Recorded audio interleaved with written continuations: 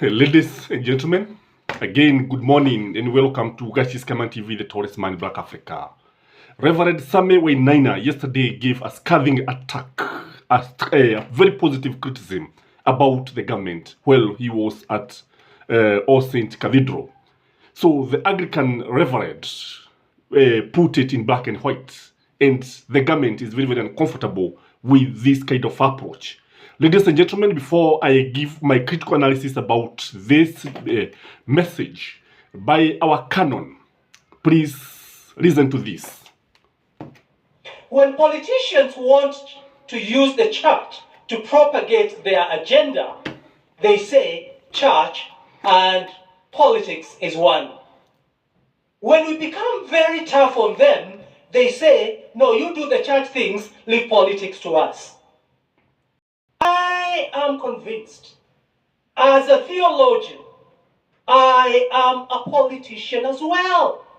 And politics is talking about the governance of a nation. And the church and church leaders must engage in such. So we hear the cry of our country.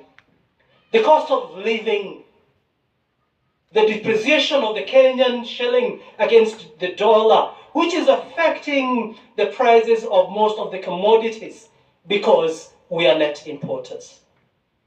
When I hear of that cry, it is very sad. I hear of a ruling class that doesn't seem to care about the depressing situations of this country.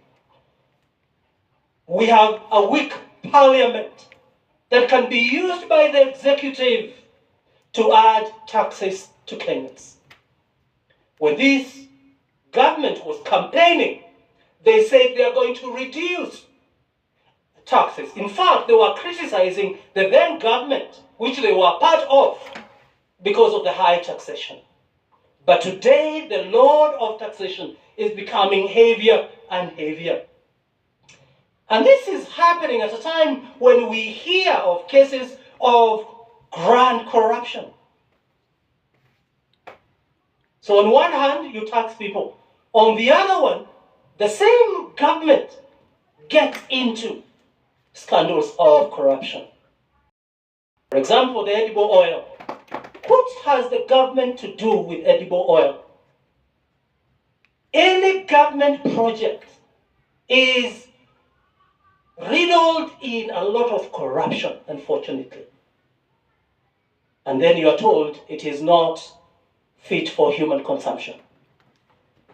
Fuel prices are not making sense in Kenya.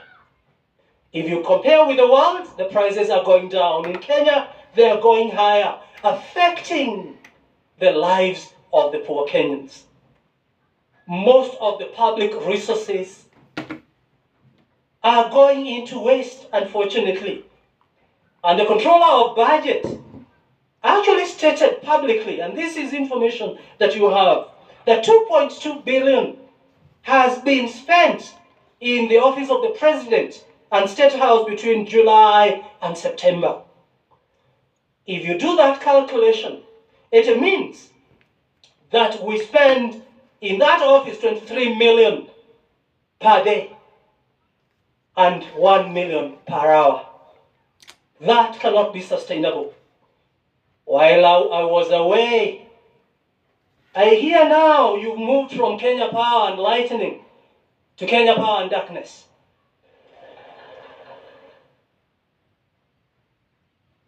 And I even spent billions of shillings to unbundle the power lines.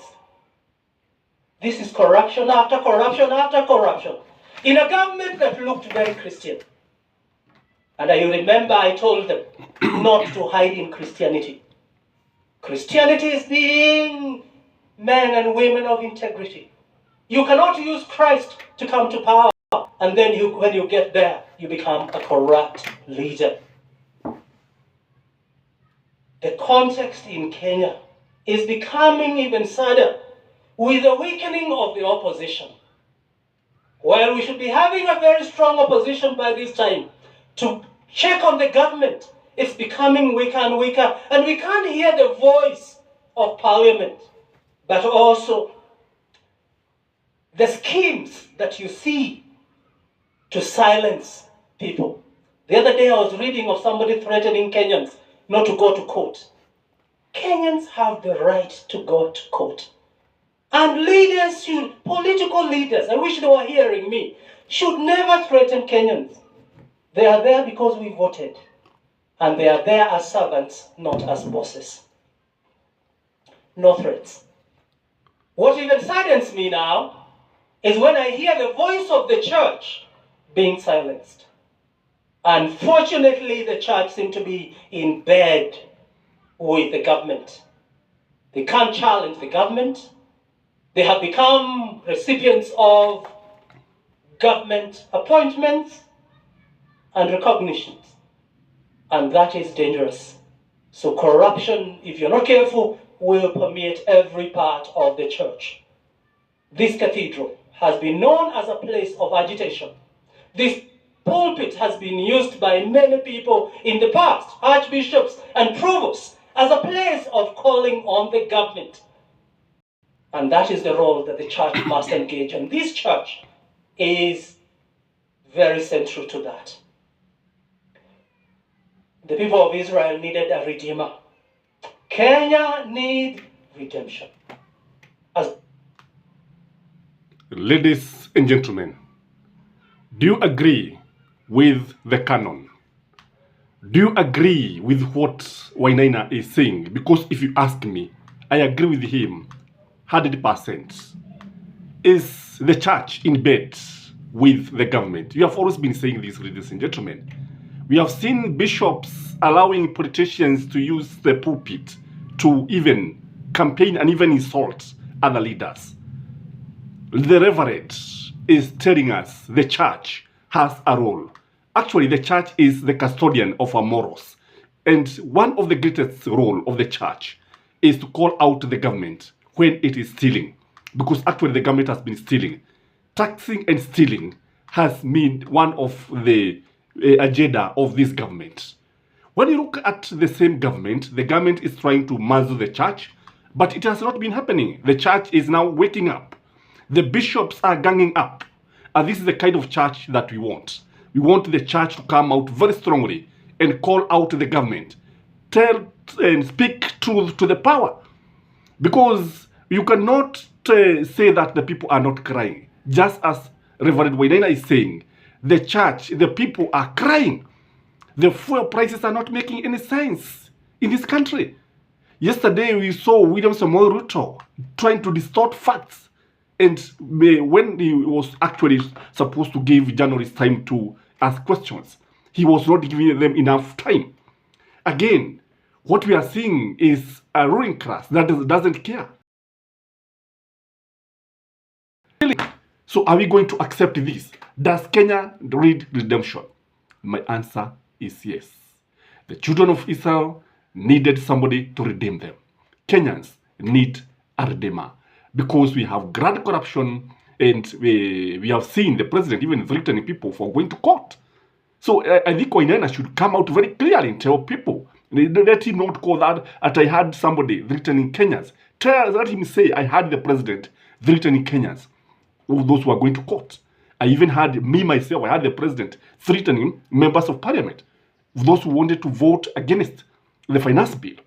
So this is not the kind of government that people want. You want a government that is accountable. You want a government that is transparent. It is spending 1 million power. Who does that, ladies and gentlemen? I think the church is now playing its role. And since Reverend Canon Samuel Wainaina set the pace, let the others follow and have a blessed day. I've given this analysis because of public demand. Please remember to like this video, remember to share and subscribe to this channel, and have a blessed festivities.